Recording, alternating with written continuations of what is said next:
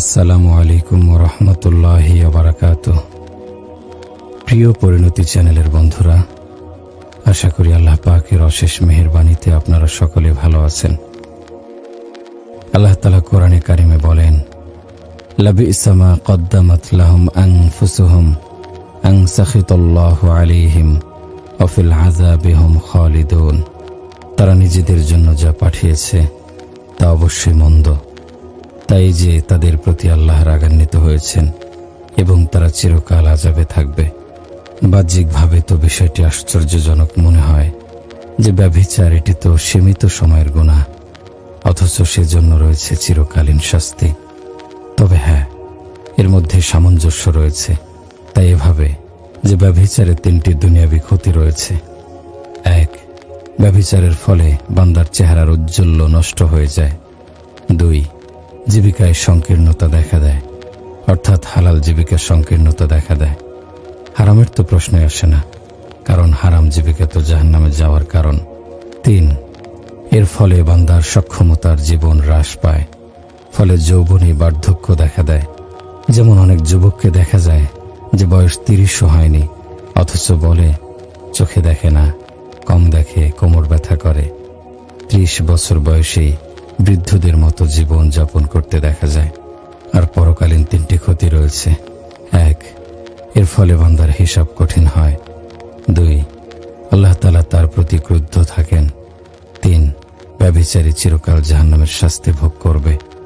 জাহান্নামে চিরকাল থাকার দ্বারা উদ্দেশ্য হলো এত দীর্ঘ সময় জাহান্নামে থাকবে যে মনে হবে যেন চিরকাল জাহান্নামে থাকতে হবে। এখানে কথা হলো, মানুষ দুনিয়ায় গায়রে মাহরামের জন্য নিজের চেহারাকে সজ্জিত করে। নারী হলে সে গায়রে মাহরাম পুরুষের জন্য নিজেকে সজ্জিত করে, আর পুরুষ হলে গায়রে মাহরাম নারীর জন্য সজ্জিত করে। এরা কেন একে অপরের জন্য নিজেকে সজ্জিত করে? এই জন্য তাদের চিহ্নিত করে কিছু শাস্তি প্রদান করা হবে। প্রথম শাস্তি হবে তাদের মলিন ও কালো চেহারায় আল্লাহ তাআলার সম্মুখে হাজির করা হবে। যেমন আল্লাহ তাআলা ইরশাদ করেন, তালফাহু উজুহাহুমুন নারু ওয়া হুম ফিহা কালিহুন। আগুন তাদের মুখমণ্ডল দগ্ধ করবে এবং তারা তাতে বিভৎস আকার ধারণ করবে। কিয়ামতের দিনও তাদের চেহারা কালো হবে, জাহান্নামেও তাদের চেহারা কালো হবে। দ্বিতীয় শাস্তি হলো, যারা গায়রে মাহরামের চেহারা মহব্বতের দৃষ্টিতে দেখত, তাদের এই অপরাধের জন্য কিয়ামতের দিন তাদের চেহারাকে বিশেষভাবে দগ্ধ করা হবে। হাদিসে এসেছে যে জাহান্নামীরা তো দগ্ধ হবেই, কিন্তু এই ব্যক্তির চেহারাকে বিশেষভাবে দগ্ধ করা হবে। তৃতীয়ত, যারা দুনিয়াতে গায়রে মাহরামের সাথে ভালোবাসার কথা বলতো, তারা শাস্তি হিসেবে কিয়ামতের দিন ক্রন্দনরত অবস্থায় উঠবে। ৪. যারা দুনিয়াতে গায়রে মাহরামের সাথে হাসি তামাশা করত, শাস্তিস্বরূপ মাথাতে আঘাত করতে করতে তাকে উঠানো হবে। ৫. যেহেতু গায়রে মাহরামকে দেখে সে আনন্দ পেত, সেহেতু এর শাস্তি হবে সে কিয়ামতের দিন অত্যন্ত দুশ্চিন্তাগ্রস্ত ও পেরেশান থাকবে। যেহেতু দুনিয়াতে সে আনন্দ লাভ করত, এর শাস্তিস্বরূপ কিয়ামতে সে পেরেশান থাকবে। ৬. দুনিয়াতে যে গায়রে মাহরামের হাতে হাত রেখেছিল, এর শাস্তিস্বরূপ কিয়ামতের দিন তার হাতে আগুনের হাতকড়া পরানো হবে। ৭. দুনিয়াতে যেহেতু গায়রে মাহরামের সাথে সাক্ষাতের জন্য হেঁটে গেছে, সেহেতু এর শাস্তিস্বরূপ তার পায়ে আগুনের শিকল পরানো হবে। ৮. দুনিয়াতে চোখ দ্বারা গায়রে মাহরামকে কামভাবের সাথে দেখত, এর শাস্তিস্বরূপ কিয়ামতের দিন গলিত সীসা তার চোখে ঢালা হবে। ৯. দুনিয়াতে গায়রে মাহরামের সামনে যেহেতু নিজের লজ্জাস্থান খুলেছে, সেহেতু শাস্তিস্বরূপ পরকালে তাকে আলকাত্রার গরম পোশাক পরানো হবে। ১০. দুনিয়াতে যেহেতু গায়রে মাহরাম দ্বারা নিজের যৌন তৃষ্ণা নিবারণ করেছে, সেহেতু এর শাস্তিস্বরূপ কিয়ামতের দিন তাকে তৃষ্ণার্ত অবস্থায় ওঠানো হবে এবং সে তৃষ্ণার্ত অবস্থায় থাকবে। ১১. দুনিয়াতে যেহেতু সে জিনার মাধ্যমে শরীর হতে বীর্যস্খলন করেছে, এর শাস্তিস্বরূপ কিয়ামতের দিন তার লজ্জাস্থান হতে এমন দুর্গন্ধময় বস্তু বের হবে যে এর ফলে জাহান্নামীরা পর্যন্ত তাকে লাআনত করতে থাকবে। ১২. দুনিয়াতে যেহেতু গায়রে মাহরামের শরীরের ঘ্রাণ নিয়েছে, এর শাস্তিস্বরূপ সে জাহান্নামীদের শরীরের দুর্গন্ধ নিতে থাকবে। ১৩. দুনিয়াতে যেহেতু নারী পুরুষ নগ্ন অবস্থায় একত্র হয়েছে, এর শাস্তিস্বরূপ কিয়ামতের দিন আগুনের চুল্লিতে তাদের নগ্ন অবস্থায় একত্র করা হবে। 14 দুনিয়াতে যেহেতু গায়রে মাহরামের সাথে নির্জন কক্ষে একাকী মিলিত হয়েছে, এর শাস্তিস্বরূপ কিয়ামতের দিন তাকে জাহান্নামের একটি সংকীর্ণ ঘাঁটিতে নিক্ষেপ করা হবে। 15 দুনিয়াতে যখন সে ঘৃণ্য কাজের জন্য যেত তখন সে অত্যন্ত আনন্দিত অবস্থায় যেত। এর শাস্তিস্বরূপ সে কিয়ামতের দিন সবচেয়ে বেশি হতাশ ও নিরাশ থাকবে। 16 দুনিয়াতে যেহেতু চুম্বন দ্বারা এই ঘৃণ্য কাজের সূচনা হয়, সেহেতু এর শাস্তিস্বরূপ আল্লাহ তার জন্য একটি সাপ নিযুক্ত করবেন যে তাকে ঠোঁট হতে দংশন করতে শুরু করবে।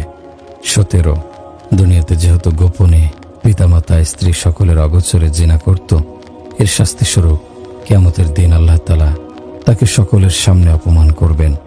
বলা হবে এ হলো ব্যভিচারী। দুনিয়াতে যেহেতু গোপনে গুনাহ করেছে, সেহেতু এখন সকলের সামনে তা প্রকাশ করে তার লাঞ্ছনা বৃদ্ধি করা হচ্ছে। 18 দুনিয়াতে কর্মের ব্যাপারে মানুষকে মিথ্যা বলতো, স্ত্রী জানতে পারলে তাকে মিথ্যা বলে বোঝানো হতো যে এটা তোমার একটা সন্দেহ মাত্র। পিতামাতা, ভাই বোন, সমাজের কেউ জানতে পারলে তাকে বোঝানো হতো ঘটনা সত্য নয়, আমি ষড়যন্ত্রের শিকার। হাদিসে এসেছে যে কাজের শাস্তিস্বরূপ তার মুখে মোহর এঁটে দেয়া হবে এবং তার অঙ্গ প্রত্যঙ্গকে সাক্ষী দিতে বলা হবে। তখন সব অঙ্গ প্রত্যঙ্গ তার গুনাহের সাক্ষ্য দেবে। আল্লাহ তাআলা সকল মানুষের সামনে তাকে অপমানিত করবেন যে দুনিয়াতে তো মিথ্যা বলে তুমি মানুষকে ধোঁকা দিয়েছ, কিন্তু আজ আমি তোমার মিথ্যাগুলোকে কিভাবে প্রকাশ করে দিলাম। 19 গায়রে মাহরামকে যেহেতু উপহার দিত, সেহেতু এর শাস্তিস্বরূপ আল্লাহ তাআলার পক্ষ হতে তাকে লানত উপহার দেয়া হবে। 20 ব্যভিচারের মাধ্যমে যেহেতু দেহের প্রত্যেকটি অঙ্গ সুখ ও তৃপ্তি অনুভব করেছে, সেহেতু এর শাস্তিস্বরূপ কিয়ামতের দিন আল্লাহ তাআলা জাহান্নামের একটি উপত্যকায় অনেক পিচ্ছু একত্র করবেন এবং সেগুলো সেই ব্যক্তির দেহে এমনভাবে লেগে থাকবে যেমনভাবে মৌমাছি মৌচাকে লেগে থাকে এবং সেগুলো তাকে দংশন করতে থাকে। 21 দুনিয়াতে যেহেতু গায়রে মাহরামের দেহের উপর নিয়ন্ত্রণ লাভ করে সে ব্যভিচারে লিপ্ত হয়েছে, সেহেতু এর শাস্তিস্বরূপ কিয়ামতের দিন সেই নারীর স্বামীকে তার পুণ্যের সমস্ত নিয়ন্ত্রণ দান করা হবে এবং তাকে বলা হবে তুমি তার নেকি হতে যত চাও নিয়ে যাও। সুতরাং সেই নারীর স্বামী ওই ব্যক্তির সমস্ত নেকি নিয়ে নেবে এবং নিজের পাপ তার আমল নামায় দিয়ে দেবে।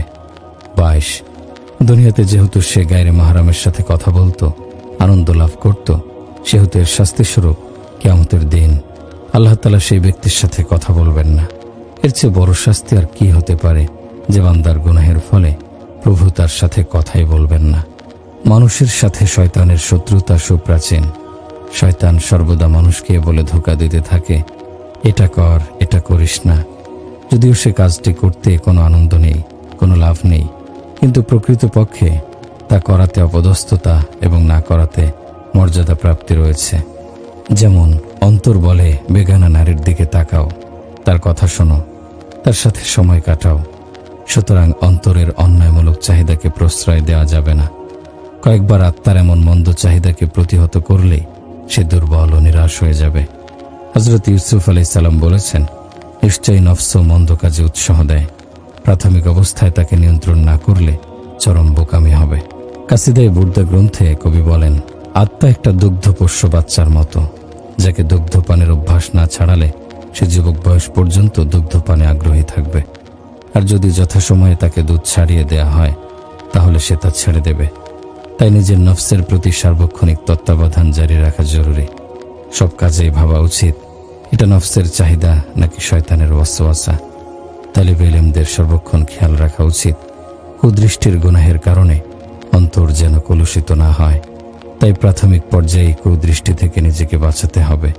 তাকে ভাবতে হবে যে যদি আমি গুনাহ করি তাহলে আমার ইলম মুছে যাবে, উপকারী ইলম থেকে বঞ্চিত হব, দৈহিক সুস্থতা কমে যাবে, আর যদি তা প্রকাশ হয়ে পড়ে তাহলে আমি অপদস্থ ও ঘৃণিত সাব্যস্ত হব, সমাজে মুখ দেখানোর অবস্থা থাকবে না। এমনইভাবে যদি সে চিন্তা করে মানুষের মৃত্যুর দিনক্ষণ তো নির্দিষ্ট নেই, গুনাহের ফলে যদি তওবা ছাড়াই মারা যায় অথবা অসুস্থ হয়ে পড়ি আর মরতে তো হবেই, তাহলে সুস্থতা ও প্রাণবন্ত জীবনের সাথে থেকেই গুনাহ ত্যাগ করি না কেন? তাহলে তো অন্তত গুনাহ পরিত্যাগকারী সাব্যস্ত হব, বিনিময়ে সওয়াব ও আল্লাহ তাআলার নিয়ামত প্রাপ্ত হব। কিছু লোক তো এমন আছে যে আধুনিক পোশাক পরিহিত মেয়েদের দেখেও মুখে লা হাওলা ওয়ালা কুওয়াতা ইল্লা বিল্লাহ বলতে থাকে। নিজের বুজুর্গি দেখানোর জন্য মানুষকে বলে কি জামানা এসে গেল, দিন ইমান নিয়ে বেঁচে থাকা কষ্টকর হয়ে পড়েছে। এমন লোকদের প্রতি অনুরোধ, যদি লা হাওলা পড়তেই হয় তাহলে নারীদের দিকে না তাকিয়ে চোখ সংযত করে এরপর পড়ুন, তবেই না লা হাওলার কার্যকারিতা বোঝা যাবে। কুদৃষ্টিতে অভ্যস্ত থাকা, আবার মুখে লা হাওলা ওয়ালা কুওয়াতা বলা নিজের সাথে চরম ধোঁকাবাজের নামান্তর। আরেক শ্রেণীর ধোঁকাবাজ তো এমন যে ওরা মুখে বলে খালাম্মা আম্মা, এসব বলে নারীদের দিকে অশোভন দৃষ্টিতে তাকায়। বাস্তবতা হচ্ছে কোনো অচেনা গায়রে মাহরাম নারীকে আম্মা খালা আম্মা ডাকলেই তো আর সে তার খালা আম্মা আম্মা হয়ে যায় না। এটা তো শুধু নিজেকেই ধোঁকা দেয়া, কুপ্রবৃত্তির চাহিদা পূরণ করা।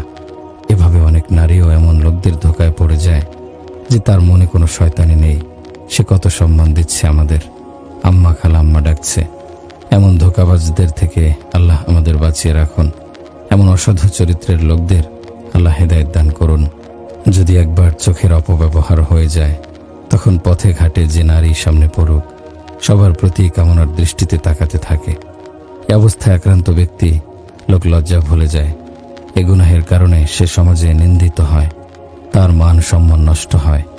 আত্মমর্যাদাবান ব্যক্তির উচিত নয় কুদৃষ্টির গুনাহে পড়ে নিজের অন্তরকে শয়তানের অনুগত বানিয়ে নেয়া। যে ব্যক্তি কুদৃষ্টি রোগে আক্রান্ত এবং কুপ্রবৃত্তির কাছে পরাস্ত, তার উচিত জিকির ও ইস্তেগফারের মাধ্যমে অন্তরকে সতেজ রাখা। তাছাড়া বর্তমানে আমাদের সমাজে এমনিতেই পশ্চিমাদের অনুকরণে ব্যস্ত। বর্তমান বিশ্বে নগ্নতার যে ছড়াছড়ি, বিশেষ করে পশ্চিমা দেশগুলোতে নারী পুরুষের অবাধ মেলামেশা, কুরুচিপূর্ণ পোশাক, সবকিছুতে যৌনতার এক চেটিয়া প্রাধান্য, এটাই বিরাট ক্ষতি করছে। যৌনতার ব্যাপক প্রচার হচ্ছে। এ থেকে মুসলিম ছেলেমেয়েরা কিভাবে নিজেদের বাঁচাবে বা এর মন্দ প্রভাব থেকে ছেলেমেয়েদের বাঁচাতে ইসলামী শিক্ষামালার প্রভাব কিভাবে বিস্তার করা যায়। মূলত দিনী শিক্ষা ও ধর্মীয় পরিবেশ না থাকার কারণে তাদের মন মস্তিষ্ক পুরোটাই দখল করে ফেলেছে বিজাতীয় কালচার। দিনী জ্ঞান সম্পন্ন যুবকদের সতর্ক হওয়া উচিত।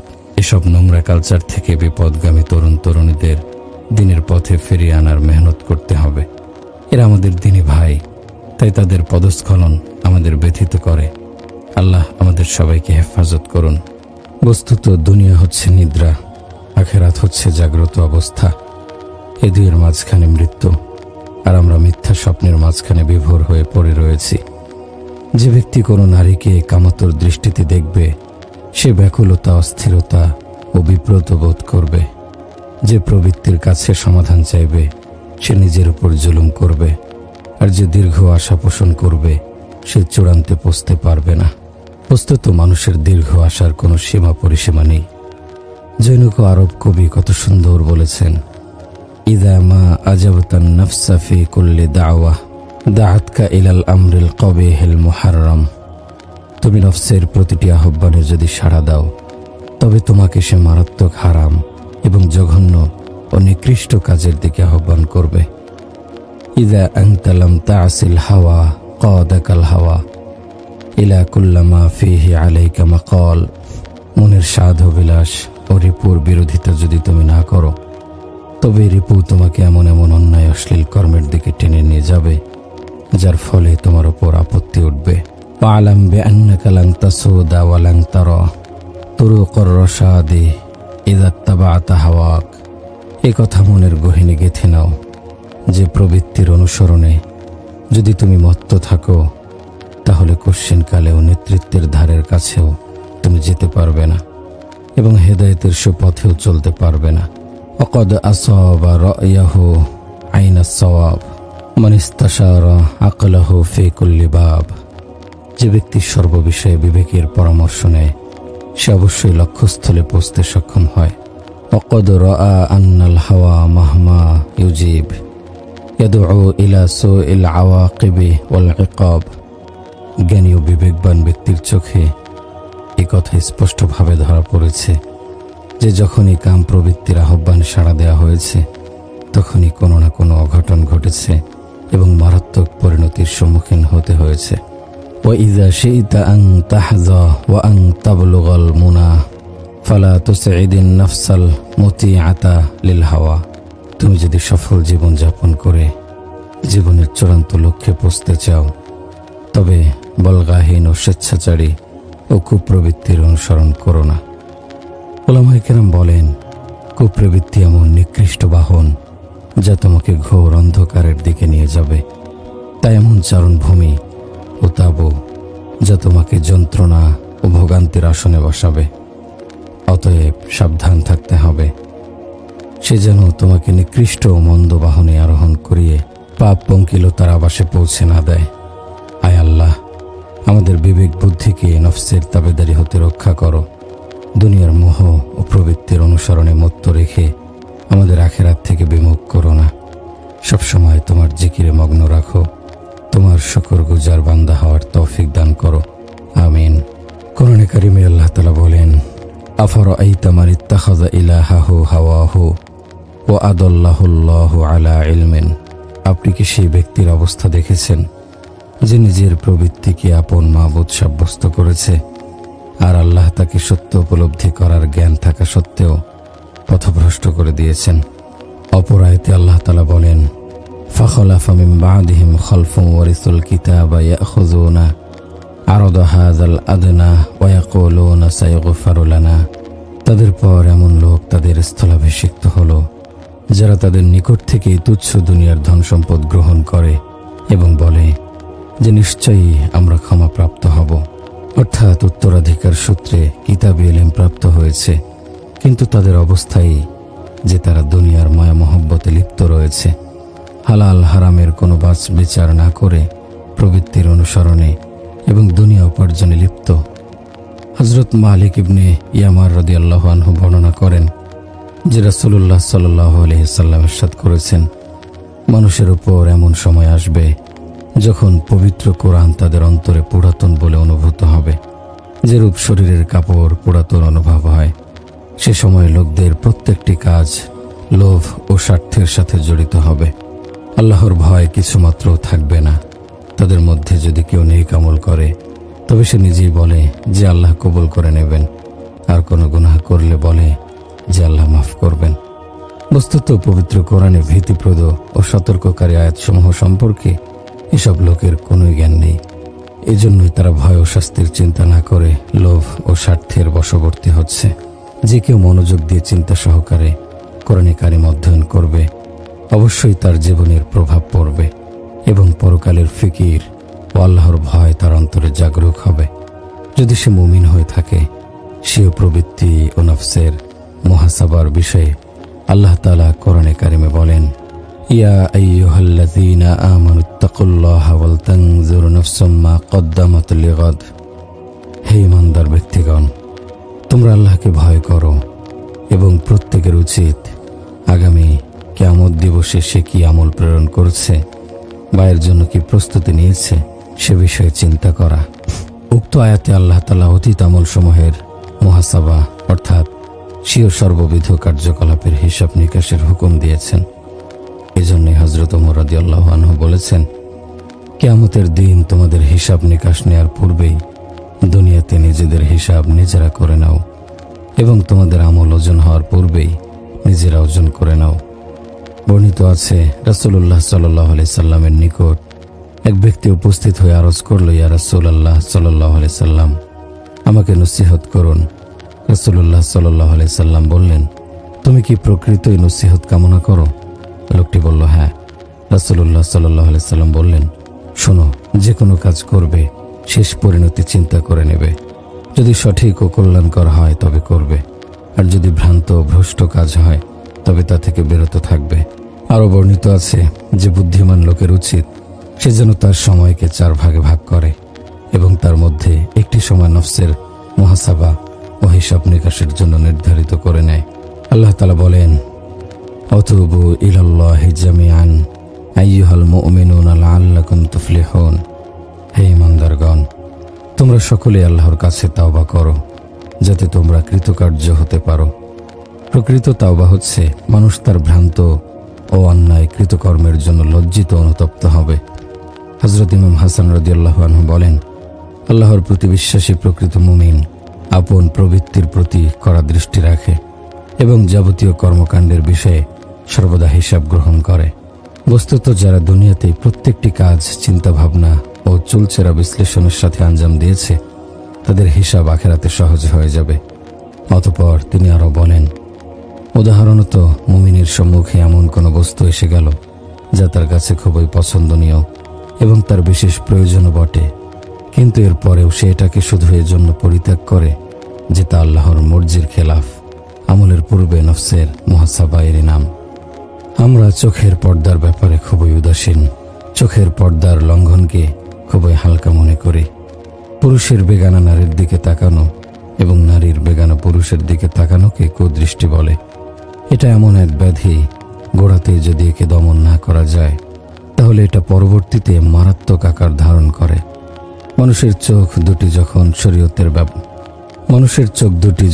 শরীয়তের বাধ্যবাধকতা থেকে মুক্ত হয়ে যায় তখন এ দুটি চোখই অধিকাংশ গুনাহের কারণ হয়ে দাঁড়ায়।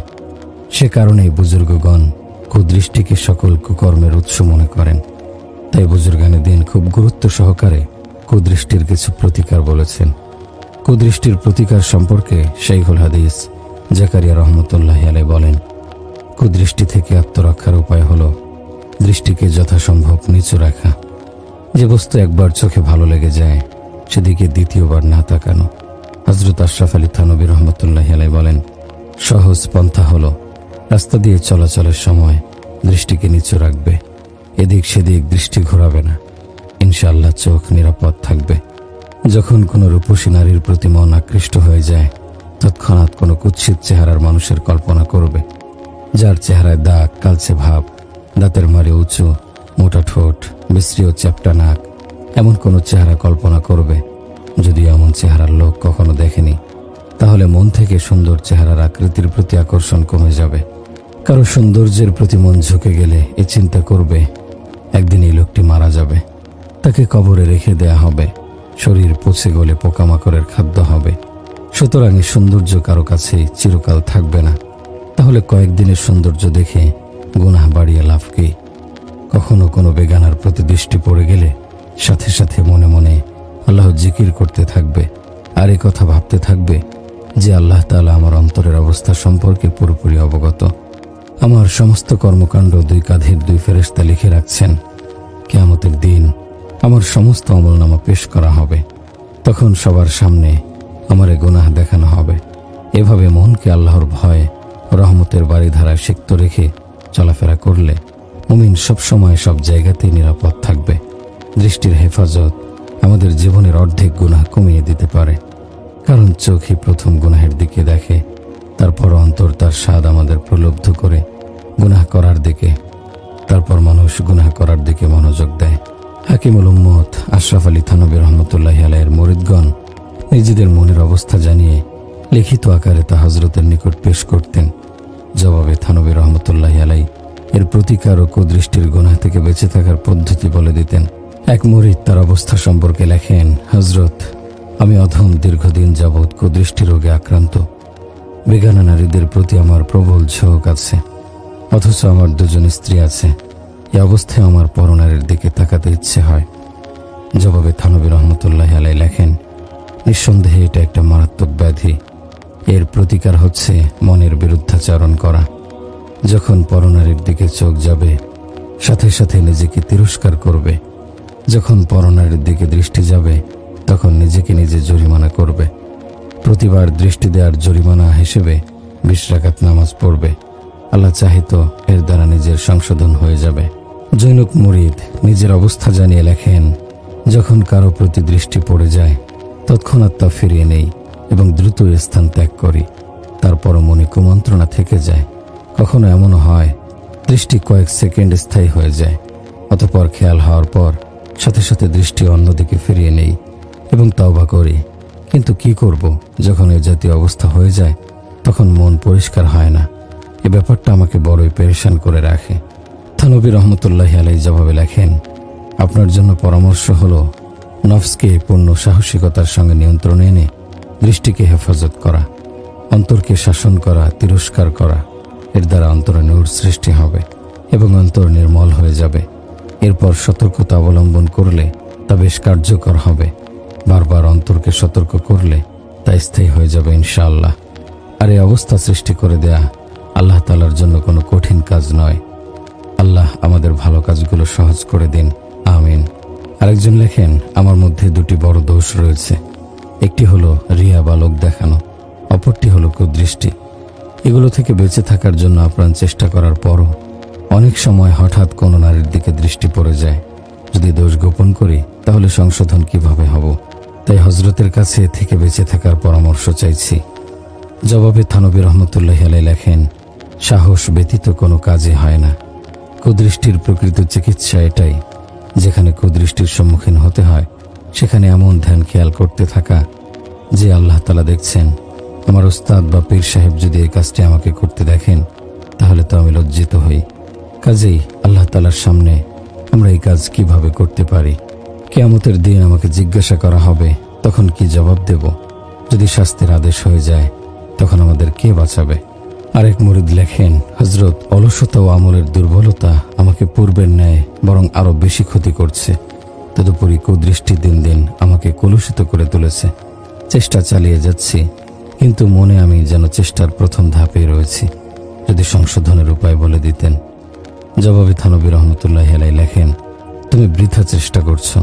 এই বিষয়টা তো তোমার আওতাধীন ও ইচ্ছাকৃত। তুমি শুধু সাহস করে নিজেকে অবশ্যই সংযত করবে। জনক মুরিদ লেখেন, হযরত, অধমের দৃষ্টিতে সতর্কতা নেই। অধম দীর্ঘদিন যাবৎ কুদৃষ্টি রোগে আক্রান্ত। সুন্দরী রমণীদের প্রতি প্রবল ঝোঁক আছে। আমার এই রোগটি দিন দিন বৃদ্ধি পাচ্ছে। এই অবস্থা থেকে মুক্তি চাই। জবাবে থানবী রহমতুল্লাহি আলাইহি লেখেন, তোমার ইচ্ছাকে ফিরিয়ে রাখার জন্য সাহসের মধ্যে দৃঢ়তা নেই। অনুশীলনের মাধ্যমে শক্তি সৃষ্টি হয়, আর অনুশীলনের জন্য শক্তির প্রয়োজন হয় না, বরং সাহসের প্রয়োজন হয়। তবে হ্যাঁ, এতে কষ্ট আছে। ছাত্রদের শিক্ষাগত যোগ্যতা কিভাবে তৈরি হয়? পড়াশোনা অধিক মোতালার মাধ্যমেই তো। এখন যদি কোনো ছাত্র পড়াশোনা ব্যতীতই সেই যোগ্যতার প্রত্যাশী হয়, যে যোগ্যতা মেহনতের পর সৃষ্টি হয়, তাহলে তার জন্য বঞ্চনা ছাড়া আর কি থাকতে পারে? এজন্যই কষ্ট ও মেহনতের মাধ্যমে লেখাপড়ার যোগ্যতা অর্জন করতে হয়। কুদৃষ্টি থেকে বাঁচার উপায় এমনই। অনুশীলনের মাধ্যমে দৃষ্টিকে সংযত রাখার অভ্যাস করতে হবে। অন্তরের উপর মেহনত করতে হবে। খেয়াল করে দেখবেন, মানুষের সমস্ত অঙ্গ প্রত্যঙ্গ তার অন্তরের অনুগামী। কেউ যদি আপনার উপর রাগান্বিত হয় তাহলে আপনার প্রতি দৃষ্টিপাত করবে না। আপনি যদি জিজ্ঞাসা করেন, ভাইজান আমার দিকে তাকাচ্ছেন না কেন? সে বলবে, আমার মন চায় না। খেয়াল করুন, জিজ্ঞাসা হচ্ছে চোখের কাজের ব্যাপারে, অথচ বলছে কি, আমার মনে চায় না। বাচ্চা খাচ্ছে না, মা জিজ্ঞেস করে, বাবা খাচ্ছ না কেন? সে বলে, মন চাচ্ছে না। এখানেও দেখুন, খাওয়া তো মুখের কাজ, তার শরীরের প্রয়োজন মেটায়, কিন্তু বাচ্চা বলে মন চাচ্ছে না। কেউ যদি আপনার কথা না শোনে, আর যদি আপনি তাকে জিজ্ঞেস করেন, ভাই আপনি কথা শুনছেন না কেন? তাহলে সে জবাব দেয়, আমার মন চাচ্ছে না। শোনা হলো কানের কাজ, কিন্তু এই না শোনার সিদ্ধান্ত কে দিচ্ছে? অন্তর। সুতরাং বোঝা গেল, চোখ, কান, মুখ তথা শরীরের সকল অঙ্গ প্রত্যঙ্গ অন্তরের অনুগামী।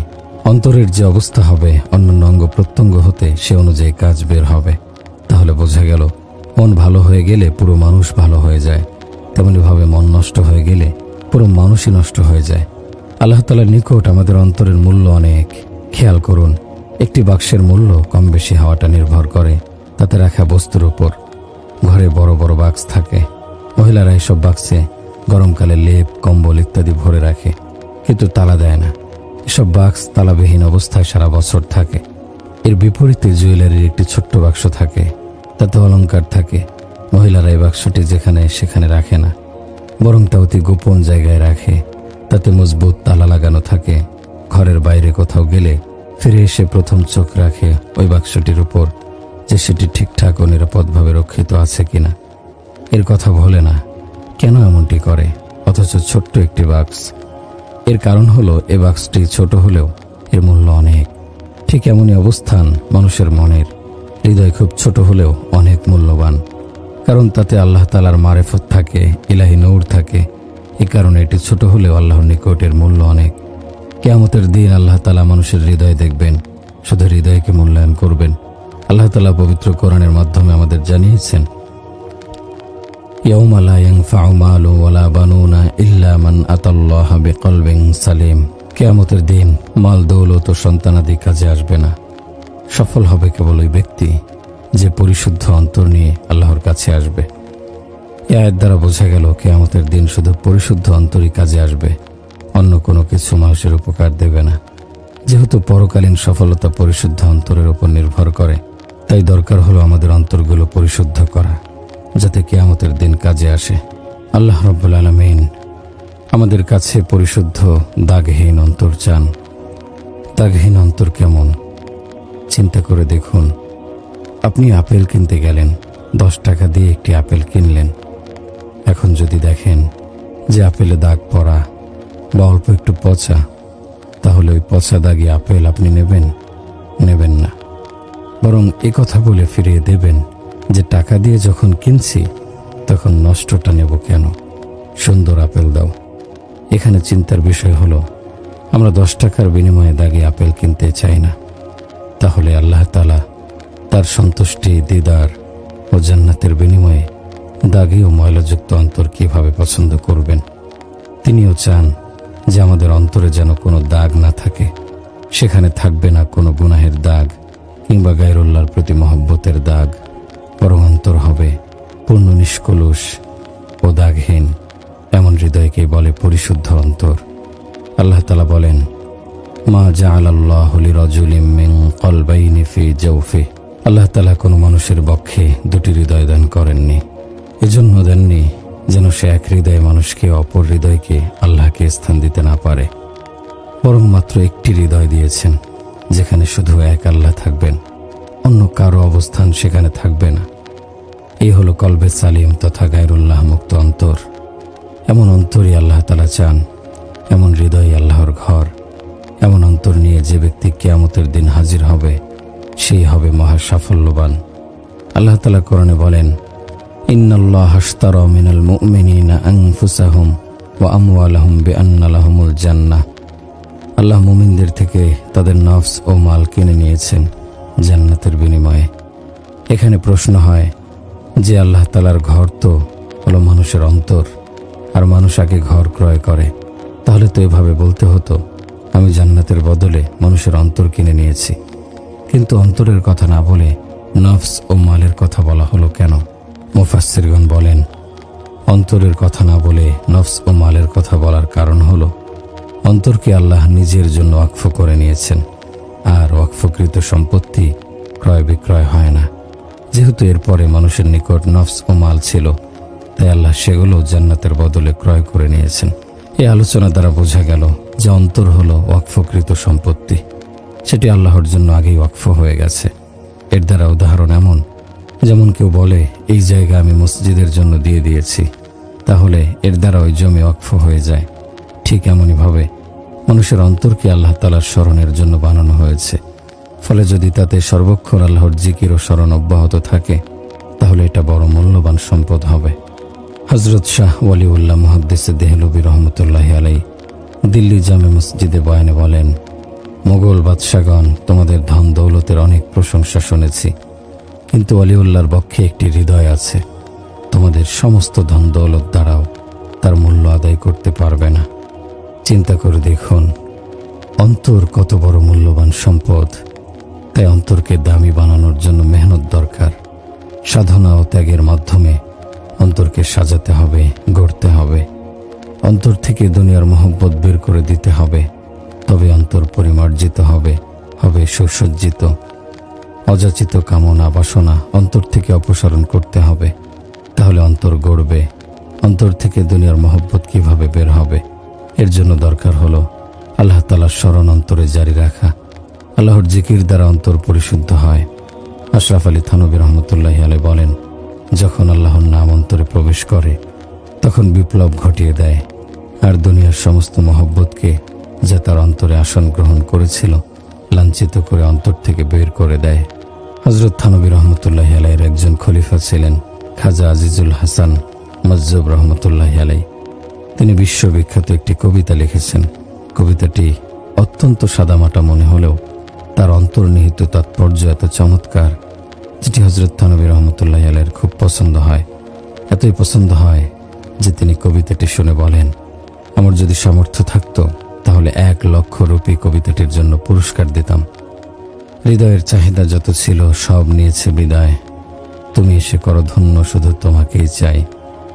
মানুষ যখন তার অন্তর থেকে সকল কামনা বাসনা বিদায় করে দেয়, তখন আল্লাহ তাআলার অসংখ্য নিয়ামত তার হৃদয়ে বর্ষিত হয়। হযরত ইব্রাহিম আলাইহিস সালাম একদিন বকরির পাল চড়াচ্ছিলেন। এমন সময় তার নিকট দিয়ে একজন লোক হেঁটে যায়। লোকটি গুনগুন করে বলছিল, সুবহানাজিল মুলকি ওয়াল মালাকুতি, সুবহানাজিল ইজ্জতি ওয়াল আজমাতি ওয়াল হাইবাতি ওয়াল কুদরতি ওয়াল কিবরিয়াই ওয়াল জাবরু। লোকটি যখন এমন ভাষায় আল্লাহ তাআলার হামদ বর্ণনা করে, তা শুনে হযরত ইব্রাহিম আলাইহিস সালামের হৃদয় আপ্লুত হয়ে ওঠে। আনন্দের বান ডাকে হৃদয়ে, শুধু শুনতেই মন চায়। আল্লাহর সৌন্দর্য ও গুণের প্রশংসা ছিল অবিরত, এর স্বাদ ফুরাবার নয়। হযরত ইব্রাহিম আলাইহিস সালাম লোকটির কাছে দৌড়ে যান এবং তাকে অনুনয় করে বলেন, ভাই, আর একবার বলুন তো প্রশংসার বাক্যটি। লোকটি জানতে চান, বললে আপনি আমায় কি দেবেন? হযরত ইব্রাহিম আলাইহিস সালাম বলেন, বকরির পালের অর্ধেক তোমাকে দেব। লোকটি প্রশংসা বাক্যটি আবার বলল। শুনে হযরত ইব্রাহিম আলাইহিস সালামের কাছে এত ভালো লাগলো যে মনে হয় কানে শব্দ নয়, বরং মধু টপকে পড়ছে। হযরত ইব্রাহিম আলাইহিস সালাম বলেন, আর একবার বলুন। লোকটি বলে, বলতে পারি, তবে বললে কি দেবে? হযরত ইব্রাহিম আলাইহিস সালাম বলেন, বকরির পালের বাকি অংশ তোমাকে দেব। লোকটি প্রশংসা বাক্যটি আবার বলে, কিন্তু ইব্রাহিম আলাইহিস সালামের তা শুনে তৃষ্ণা মেটে না, প্রাণ ভরে না, বরং মন চায় বাক্যটি আবার শুনি। তিনি লোকটিকে বললেন, ভাই, আবার বলো তো। লোকটি বলল, আপনার কাছে দেওয়ার মতো আর কি আছে? হযরত ইব্রাহিম আলাইহিস সালাম বললেন, তুমি বকরি নিয়েছ, কিন্তু বকরি চড়ানোর রাখাল লাগবে না? আমাকে বকরির রাখাল হিসেবে নিয়ে নাও। প্রশংসা বাক্যটি আবার বলো। লোকটি হযরত ইব্রাহিম আলাইহিস সালামের কথা শুনে বলল, ইব্রাহিম খলিলুল্লাহ, তোমাকে মোবারকবাদ। আমি আল্লাহর ফেরেশতা। আল্লাহ তাআলা আমাকে পাঠিয়েছেন তোমার পরীক্ষা নেওয়ার জন্য। আল্লাহ তাআলা বলেছেন, তুমি আমার বন্ধু ইব্রাহিমের কাছে যাও, গিয়ে আমার নাম স্মরণ করো, দেখো সে এর কেমন মূল্য দেয়। এর দ্বারা বোঝা যায়, অন্তর যদি ভালো হয় তাহলে বান্দা নিজের প্রাণও আল্লাহর জন্য কুরবান করে দিতে পারে। আল্লাহ প্রেমিকগণ আল্লাহর জন্য তাদের প্রাণ উৎসর্গ করেন। আবার এভাবে জান দিতে পারাকে আল্লাহর ইহসান বলে মনে করে। এটা অন্তর গড়ার ফলে হয়। অন্তরকে গড়লে পরিচ্ছন্ন অন্তর তৈরি হয়, পক্ষান্তরে বিনষ্ট করলে বিনষ্ট হয়। সুতরাং আমাদের জন্য অন্তর একটি গুরুত্বপূর্ণ জিনিস। অন্তর বিনষ্ট হওয়া অতি সহজ। ঘরের জানালা খোলা থাকলে সেখান দিয়ে ধুলো ময়লা এসে পুরো ঘর ভরে যায়। চোখ হলো অন্তরের জানালা। চোখ যদি সর্বদা খোলা থাকে তাহলে অন্তরের ঘর ধুলোয় ভরে যায়। বর্তমানে যুবকদের অন্তরের জানালা তো বন্ধই হয় না। গায়রে মাহরাম নারীদের চোখ বড় করে দেখে, এর পরিণামে তাদের অন্তর নষ্ট হয়ে যায়। ফলে পড়ায় মন বসে না, চোখে ঝাপসা দেখে, কিছু পড়লেও মনে থাকে না, পড়ায় বসলে মন চলে যায় অন্য কোথাও। সারাদিন যারা নারীদের দেখে চোখের নেশা মেটায়, তারা যখন পড়ায় বসে এবং বই খোলে তখন তাতে কিছুই দেখতে পায় না, বরং তাদের চোখে অসংখ্য অগণিত নারীর ছবি ভেসে ওঠে। এর কারণ হলো দিনভর তার অন্তর নষ্ট করেছে। এক লোক হযরত হাসান বসরি রহমতুল্লাহি আলাইহির নিকট এসে বলল, হযরত, আমার অন্তর ঘুমিয়ে পড়েছে। হাসান বসরি জানতে চান তা কিভাবে। লোকটি বলল, আপনি আমাকে যা কিছু শিক্ষা দেন, ওয়াজ নসিহত করেন, কিন্তু আমার অন্তরের কোনো প্রভাব পড়ে না। হাসান বসরি রহমতুল্লাহি আলাইহি বলেন, যদি তাই হয় তাহলে এভাবে বলো না যে অন্তর ঘুমিয়ে গেছে, বরং বলো যে অন্তর মরে গেছে। লোকটি বলল, হযরত, অন্তর মরে যায় কিভাবে? হাসান বসরি রহমতুল্লাহি আলাইহি বলেন, যে ঘুমিয়ে থাকে তাকে ধরে নাড়া দিলে সে জেগে ওঠে, কিন্তু যে ব্যক্তি নাড়া দিলেও জাগে না সে ঘুমন্ত নয়, বরং মৃত। যে ব্যক্তি আল্লাহর কালাম শোনে, রাসূলুল্লাহ সাল্লাল্লাহু আলাইহি সাল্লামের হাদিস শোনে, তারপরে অন্তরে ভাবান্তর ঘটে না, তাহলে বুঝতে হবে তার অন্তর মরে গেছে। এটা অন্তর মরে যাওয়ার আলামত। তাই আমাদের কর্তব্য হলো অন্তর মরে যাওয়ার আগেই তাকে আত্মিকভাবে জীবিত করে তোলা। দৃষ্টি দুই প্রকার। এক হলো চর্মচোখের দৃষ্টি, একে বসরত, আর অপরটি হলো অন্তর্দৃষ্টি, যাকে বাসিরাত বলে। আমাদের দৃষ্টিশক্তি আছে কিন্তু অন্তর্দৃষ্টি নেই। চোখ যেমন অন্ধ হয়ে যায় তেমনি ভাবে অন্তর অন্ধ হয়ে যায়। পবিত্র কোরআনে আল্লাহ তাআলা হযরত নূহ আলাইহিস সালামের কওমকে লক্ষ্য করে বলেন, ইন্নাহুম কানু কওমান আমিন, নিশ্চয়ই তারা ছিল অন্ধ জাতি। 1000 বছর ধরে হযরত নূহ আলাইহিস সালাম নিজের কওমকে আল্লাহ তাআলার দিকে দাওয়াত দেন, কিন্তু তারপরেও তারা সে দাওয়াতে সাড়া তো দেয়নি, বরং আল্লাহর নবীর সাথে বেয়াদবি করেছে, যার ফলে মহান রব্বুল আলামিন বলেছেন তারা অন্ধ জাতি ছিল। এর দ্বারা বোঝা যায় আল্লাহ তাআলার কাছে অন্ধত্ব দ্বারা মূলত অন্তরের অন্ধত্ব উদ্দেশ্য। আল্লাহ তাআলা অন্য আয়াতে বলেন, ওমান কানা ফি হাযিহি আ'মা ফাহুয়া ফিল আখিরাতি আ'মা ওয়া আদাল্লু সাবিলা। আর যে ব্যক্তি দুনিয়ায় অন্ধ হয়ে থেকেছে সে আখিরাতে অন্ধ এবং অধিকতর পথভ্রষ্ট থাকবে। এর থেকে বোঝা গেল যে ব্যক্তি আল্লাহ তাআলার হুকুম আহকাম মানার ব্যাপারে অন্ধ থাকে তথা মুখ ফিরিয়ে নেয়, আল্লাহ তাআলার দৃষ্টিতে সে অন্ধ হিসেবে বিবেচিত হয়। অতএব বোঝা গেল অন্তরের অন্ধত্ব আল্লাহ তাআলার নিকট অতিশয় মন্দ। আল্লাহ তাআলা পবিত্র কোরআনে বলেন, লাহুম কুলুবুন ইয়াকিলুনা বিহা। হায় তাদের যদি এমন অন্তর থাকতো যা দিয়ে তারা বোঝে, আও আযানুন ইয়াসমাউনা বিহা, অথবা এমন কান থাকতো যা দিয়ে হেদায়েতের কথা শুনত। ফাইন্নাহা লা তা'মাল আবসার, নিশ্চয় চোখ অন্ধ হয় না। ওয়ালাকিন তা'মাল কুলুবুল্লাতী ফিস সুদূর, কিন্তু বক্ষস্থিত অন্তর অন্ধ হয়। যে অন্তর পরিশুদ্ধ হয় এবং তাতে আল্লাহ তাআলার মহব্বত ভরপুর থাকে, এমন অন্তরের অবস্থা পাল্টে যায় এবং তাতে ভিন্ন মাত্রার জোশ তৈরি হয়। এমন জোশওয়ালা অন্তরের অধিকারী আল্লাহওয়ালারা হয়। তাদের অন্তর আল্লাহর মহব্বতে ভরপুর থাকে, ফলে তাদের মন আল্লাহ ছাড়া অন্য কিছুর প্রতি ধাবিত হয় না। এই অবস্থায় গিয়ে বান্দার অন্তর মূল্যবান হয়। একটি জমিনের কথাই বলি, দীর্ঘদিন ধরে যদি তা অনাবাদ পড়ে থাকে, তাতে চাষাবাদ না করা হয়, তখন জমিন শক্ত হয়ে চাষাবাদের অযোগ্য হয়ে যায়। ঠিক তেমনি ভাবে যদি অন্তরের উপর মেহনত না করা হয়, তাহলে কিছুদিন পর অন্তরের জমিনও শক্ত হয়ে যায়। আল্লাহ তাআলা পবিত্র কোরআনে বলেন, আলাম ইয়ানি লিল্লাযিনা আমানু আন তাখশা কুলুবুহুম লিযিকরিল্লাহি ওয়া মা নাযালা মিনাল হাক্কি। যারা ঈমান এনেছে তাদের জন্য কি এখনো সে সময় আসেনি যে আল্লাহর স্মরণে এবং যে সত্য অবতীর্ণ হয়েছে তাতে তাদের অন্তর বিগলিত হবে এবং তাদের মতো হবে না যাদেরকে পূর্বে কিতাব দেয়া হয়েছিল।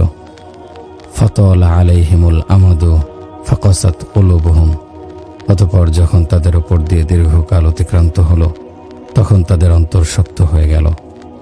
এই আয়াত দ্বারা বোঝা যায় যখন মানুষ দীর্ঘদিন আল্লাহর স্মরণ থেকে বিমুখ থাকে, গুনাহের মধ্যে নিমজ্জিত থেকে জীবন অতিবাহিত করে, তখন আল্লাহ তার অন্তরকে শক্ত করে দেন।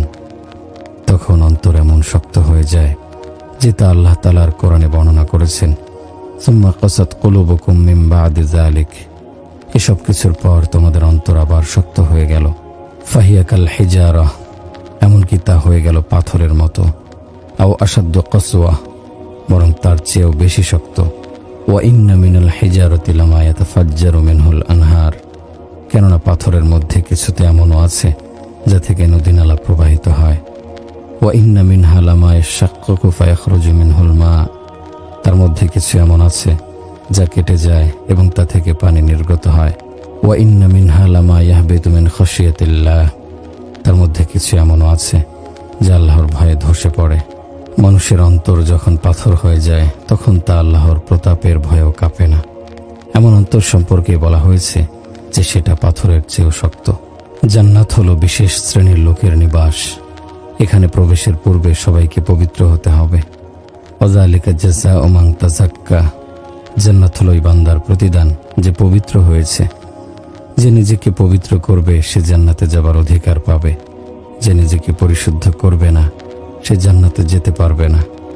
জান্নাতে যাবার পথ হলো দুটি, একটি হলো দুনিয়াতে থেকে গুনাহ হতে তাওবা করবে এবং নেককারের মতো জীবন কাটিয়ে সোজা জান্নাতে চলে যাবে। এটা হলো জান্নাতে যাবার সংক্ষিপ্ত পথ। পক্ষান্তরে কেউ যদি দুনিয়ার জীবনে গুনাহে লিপ্ত থাকে এবং দুনিয়াতে একের পর এক গুনাহ করতে থাকে, তাহলে আল্লাহ তাআলা প্রতিমধ্যে একটি হাসপাতাল বানিয়েছেন। সে হাসপাতাল থেকে রোগমুক্ত হলে তবে জান্নাতের টিকিট দেয়া হবে। এর উদ্দেশ্য হলো, তোমরা তো আমারই বান্দা, ঈমান এনেছিলে, সেই ঈমানের বদৌলতে আমি তোমাদের অন্য আরেকটির সুযোগ রেখেছি, আর তা হলো কবর থেকে বের হয়ে তোমরা তোমাদের গুনাহের শাস্তিস্বরূপ জাহান্নামে যাবে। কিছুদিন পর যখন আল্লাহ চাইবেন তখন অসুস্থতার উপযুক্ত শাস্তি প্রদান করে তাকে জাহান্নাম থেকে বের করবেন। কোরআন ও হাদিসের আলোকে বিষয়টির ব্যাখ্যা হলো, যখন কোনো মানুষ অসুস্থ হয় এবং তাকে হাসপাতালে নিয়ে যাওয়া হয়, সেখানে একটি ইমার্জেন্সি রুম থাকে। রোগীকে সর্বপ্রথম সেই ইমার্জেন্সি রুমে নিয়ে যাওয়া হয়। সেখানে একজন কর্তব্যরত ডাক্তার থাকেন। তিনি রোগীর অবস্থা সম্পর্কে মোটামুটি অবগত হন এবং রোগীর প্রাথমিক চিকিৎসার ব্যবস্থা করেন। রোগীর অবস্থা বুঝে অন্য বিভাগে ভর্তি করান। তেমনিভাবে কবর হলো মানুষের হাসপাতালের ইমার্জেন্সি রুমের মতো। মানুষ মৃত্যুর পরে কবরে যাবে। সেখানে আল্লাহ তাআলা দুজন ফেরেশতা প্রেরণ করবেন। তারা এসে মৃত ব্যক্তির কাছে কিছু প্রশ্ন করবে। 3টি প্রশ্ন হবে। মান রব্বুকা, তোমার রবকে? মান নাবিয়ুকা, তোমার নবীকে? মান দীনুকা, তোমার ধর্ম কি? যেমন হাসপাতালে ডাক্তার জিজ্ঞেস করে, তোমার কোষ্ঠকাঠিন্য নেই তো? তোমার ডায়াবেটিক্স আছে? হাই প্রেশার আছে? 2-3টি প্রশ্ন করে তারা ধারণা করে ফেলে যে তার অসুখ কি। এমনইভাবে কবরেও 3টি প্রশ্ন হবে। এই প্রশ্ন থেকেই ফেরেশতারা জানতে পারবে আল্লাহর এ বান্দার অসুস্থতা কোন ধরনের। গুনাহগার হলে কবর দুদিক থেকে চেপে ধরবে। কবরের চাপ কেমন হবে? বর্ণিত আছে যে এক পাশের পাঁজরের হাড় অপর পাশের পাঁজরের হাড়ের মধ্যে ঢুকে যাবে। এভাবে কবর চাপ দেবে। অতঃপর কবরকে জাহান্নামের গহ্বরে পরিণত করা হবে। আর যদি নেককার হয় তাহলে তার কবরকে জান্নাতের পরিবেশে সজ্জিত করে দেয়া হবে। বলা হবে, তুমি কিছুদিন অপেক্ষা করো, তারপর আসল গন্তব্যে চলে যাবে। অতঃপর বিচার দিবসে আল্লাহ তাআলার সামনে দাঁড়াতে হবে। তাকে জিজ্ঞাসা করা হবে তার দুনিয়ার জীবনের সব কর্মকাণ্ড সম্পর্কে। তার আমলনামা পূর্ব থেকে প্রস্তুত থাকবে। ওয়াউদিআল কিতাবু ফাতারাল মুজরিমিনা মুশফিকিনা মিম্মা ফীহি ওয়া ইয়াকুলুনা ইয়া ওয়াইলাতানা মা লিহাযাল কিতাবি লা ইউগাদিরু সগীরাতাও ওয়ালা কাবীরাতান ইল্লা আহসাহা। আর আমলনামা সামনে রেখে দেয়া হবে। তখন তুমি অপরাধীদের দেখবে, তাতে যা লেখা আছে তার কারণে তারা আতঙ্কিত এবং তারা বলবে, হায় আমাদের দুর্ভোগ, এটা কেমন কিতাব যাতে আমাদের ছোট বড় যত কর্ম আছে সবই লেখা আছে। রোগীর ফাইলে যেমন সবকিছু লেখা থাকে, ডাক্তার সে অনুযায়ী চিকিৎসা করেন, তেমনিভাবে বান্দার ব্যাপারে আল্লাহ তাআলা জমিনকে নির্দেশ দেবেন, ইয়াউমাইযিন তুহাদ্দিসু আখবারাহা বিআন্না রাব্বাকা ওয়াহালাহা। সেদিন পৃথিবী তার যাবতীয় সংবাদ জানিয়ে দেবে, কেননা তোমার প্রতিপালক তাকে সেই আদেশই দেবেন। জমিন প্রতিনিয়ত আমার গুনাহের সাক্ষী হয়ে থাকছে। কোন স্থানে কোন গুনাহ করেছি, কোন কোন গুনাহ করেছি, জমিন কিয়ামতের দিন আল্লাহ তাআলার দরবারে রিপোর্ট পেশ করবে। জবান কথা বলতে পারবে না, মোহর মেরে দেয়া হবে। প্রত্যেকটি অঙ্গ সাক্ষ্য দেবে, জমিন সাক্ষ্য দেবে, আল-ইয়াওমা নাখতিমু আলা আফওয়াহিহিম, আজ আমি তাদের মুখে মোহর মেরে দেব।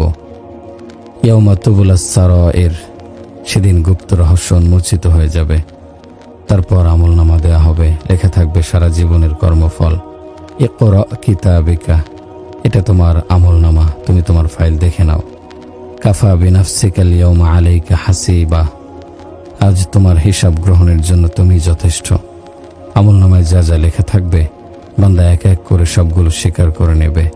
বলবে, সব অন্যায় আমি ঠিকই করেছি, আমি এর জন্য অবশ্যই দায়ী। ফেরেশতাদের বলা হবে, নিয়ে যাও, সোজা তাকে জাহান্নামে নিক্ষেপ করো। নির্দেশের সঙ্গে সঙ্গে ফেরেশতারা তাকে টেনে হিঁচড়ে জাহান্নামে ফেলে দেবে। প্রিয় ভাই ও বোন আমার, সিদ্ধান্ত নিন। পথ দুটি। জান্নাতে যাওয়ার সহজ পথ হলো নিজেকে সব রকমের গুনাহ থেকে মুক্ত রাখা, কৃত গুনাহের জন্য অনুতপ্ত হৃদয়ে আল্লাহ তাআলার দরবারে ক্ষমা চাওয়া। আল্লাহ ক্ষমাশীল, বান্দার খাঁটি তাওবা আল্লাহ ক্ষমা করেন, এবং নেক কাজের উপর অবিচল থেকে মৃত্যুবরণ করাই হলো জান্নাতে যাওয়ার সহজ পথ। দ্বিতীয় রাস্তা হলো পরকালীন আযাব ভোগ করে আল্লাহ তাআলার অনুগ্রহে ক্ষমা প্রাপ্ত হয়ে পরিশুদ্ধ হওয়া। এটা খুবই কঠিন কাজ।